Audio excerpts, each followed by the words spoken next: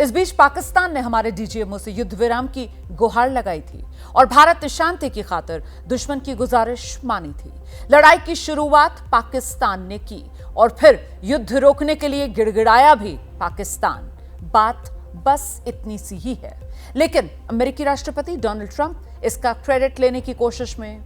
इसकी वजह भी पाकिस्तान ही है, क्योंकि उसकी हर हिमाकत का भारत ने कड़ा, बड़ा और गहरा जवाब दिया तो पाकिस्तानी सेना और सरकार को अपने सारे सैन्य ठिकानों के वजूद मिटने की चिंता सताने लगी। और ऐसे में पाकिस्तान की फौजी और कठपुतली हुकूमत ने अमेरिका से भारत को मनाने की मिन्नतें करना शुरू कर दिया। लिहाजा अमेरिकी विदेश मंत्री मार्को रूबियो ने पाकिस्तानी सेना प्रमुख जनरल आसिम मुनीर और विदेश मंत्री इशाक डार से बात की। उनकी चिंताएं अपने उपराष्ट्रपति जेडी वांस से शेयर की, जिन्होंने फिर हमारे प्रधानमंत्री नरेंद्र मोदी से बात की। ये सारी बातें अमेरिकी मीडिया में सामने आ रही हैं। खैर, इन तमाम कवायदों से इतर विदेश सचिव विक्रम मिस्री ने शनिवार को पाकिस्तान से सीजफायर का ऐलान किया। पाकिस्तानी डीजीएमओ के फोन आने और उनकी गुजारिश का जिक्र किया, जो हम सबके सामने हुआ। इसमें कहीं भी अमेरिका की तरफ से कोई पहल की बात नहीं है, लेकिन इससे पहले ही डोनाल्ड ट्रंप शांति दूत बनकर खुद कूद पड़े। अपने निजी social media platform truth social पर लिख दिया, अमेरिका की मध्यस्थता में एक लंबी रात की बातचीत के बाद मुझे ये घोषणा करते हुए खुशी हो रही है कि भारत और पाकिस्तान पूर्ण और तत्काल युद्ध विराम पर सहमत हो गए हैं। दोनों देशों को सामान्य बुद्धि और महान बुद्धिमत्ता का उपयोग करने के लिए बधाई। इस मामले पर आपके ध्यान के लिए धन्यवाद। इसके बाद आज डोनाल्ड ट्रंप ने एक नई पेशकश कर डाली। उन्होंने फिर से अपने निजी सोशल मीडिया मंच के जरिए कहा, मुझे भारत और पाकिस्तान के मजबूत और अडिग नेतृत्व पर बहुत गर्व है, क्योंकि उनके पास ये जानने और समझने की शक्ति, बुद्धि और धैर्य है कि मौजूदा हमले को रोकने का समय आ गया है, जो इतने सारे लोगों की मौत और विनाश का कारण बन सकता था। लाखों अच्छे और निर्दोष लोग मारे जा सकते थे। आपकी विरासत आपके बहादुर कार्यों से बहुत बढ़ गई है। मुझे गर्व है कि अमेरिका आपको इस ऐतिहासिक और वीरतापूर्ण फैसले पर पहुंचने में मदद में सक्षम था, जबकि अभी कोई चर्चा भी नहीं हुई थी। लेकिन मैं इन दोनों महान देशों के साथ व्यापार को काफी हद तक बढ़ाने जा रहा हूं। इसके अलावा मैं आप दोनों के साथ मिलकर ये देखने के लिए काम करूंगा कि क्या 1000 साल के बाद कश्मीर के संबंध में कोई समाधान निकाला जा सकता है। ईश्वर भारत और पाकिस्तान के नेतृत्व को बेहतर काम के लिए आशीर्वाद दे। ये डोनाल्ड ट्रंप साहब ने विस्तार से लिख डाला। अब कश्मीर जो है वो सिर्फ भारत का है, इसमें दुनिया के किसी देश को कोई शक शुबा नहीं रखना चाहिए। ऐसे में अमेरिका हो या फिर कोई भी और देश हो, किसी की ओर से मध्यस्थता का सवाल ही नहीं उठता है।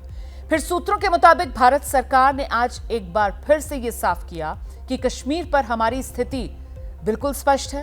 अब सिर्फ एक ही मुद्दा बचा है, पाकिस्तान के कब्जे वाले कश्मीर पीओके को वापस हासिल करना।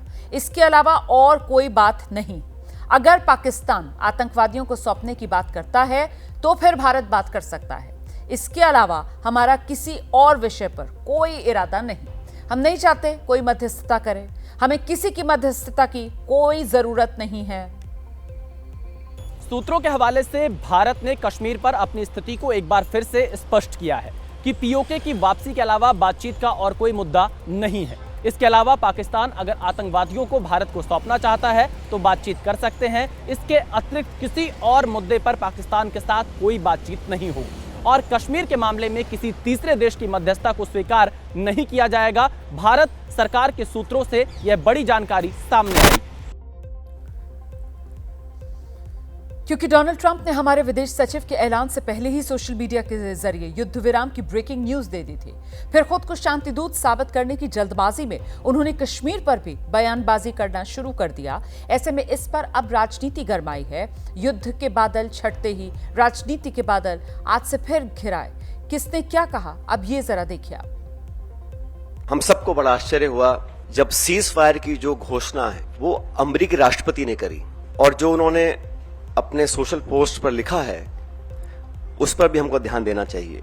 जो मसला है उसका अंतर्राष्ट्रीयकरण करने का जो एक ये नया कदम हम लोगों ने देखा है, ये बहुत आश्चर्यजनक है।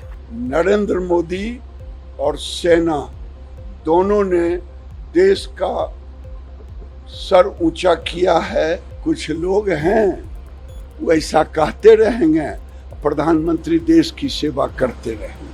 हम सभी ने मिलकर ऑल पार्टी मीटिंग मांग की है। हिम्मत है तो ऑल पार्टी मीटिंग बुलाई। पाकिस्तान की ये हरकत, ये बेईमानी है। इसलिए मैं तो कहूँगा कुत्ते की दुम होती है, वो सीधी नहीं होती है, टेढ़ी रहती है। तो कुत्ते की दुम सीधी नहीं होती, टेढ़ी रहती है, इसलिए उसको काटना पड़ता है।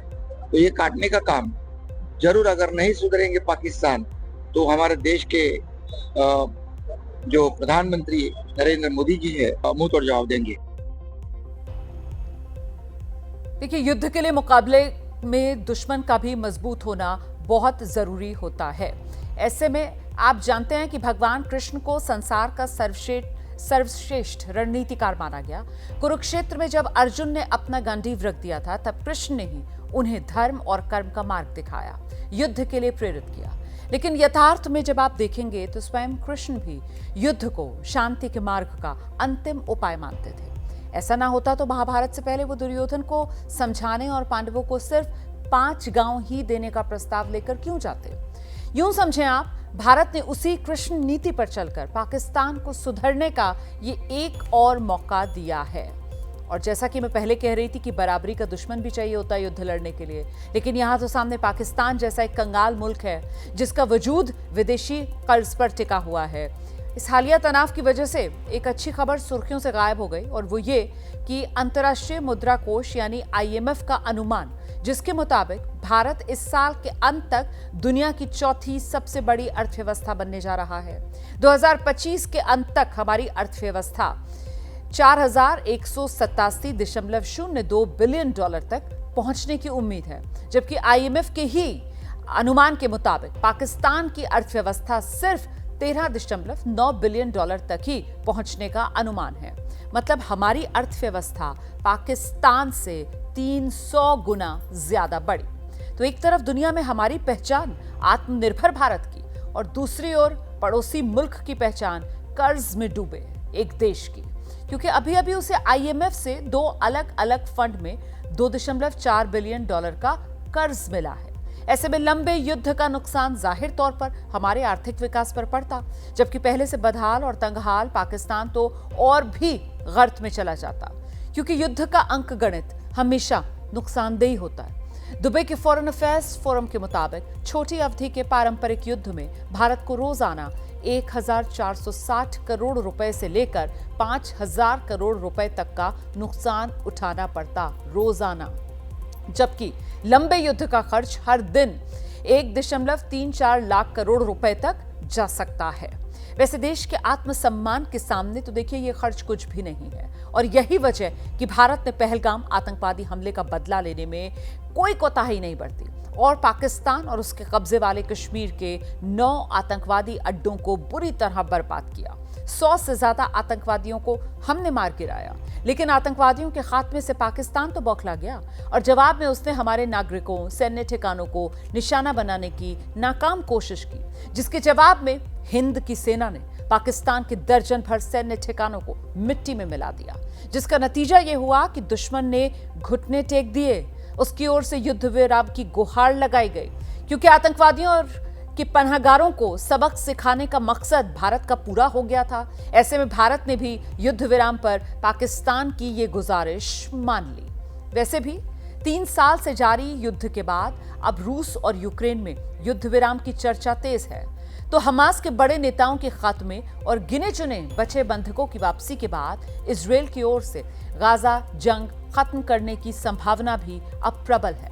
फिलिस्तीन की हालत पहले से और पतली, लेकिन बेहद ताकतवर इजरायल को युद्ध की कीमत के तौर पर 2024 के अंत तक $67.6 बिलियन का नुकसान उठाना पड़ा है, जबकि रूस यूक्रेन की जंग में यूक्रेन को उसके मददगारों की ओर से मिले करीब $279 बिलियन खर्च होने का अनुमान है, और रूस को भी इस युद्ध की वजह से $211 बिलियन का नुकसान उठाना पड़ा है।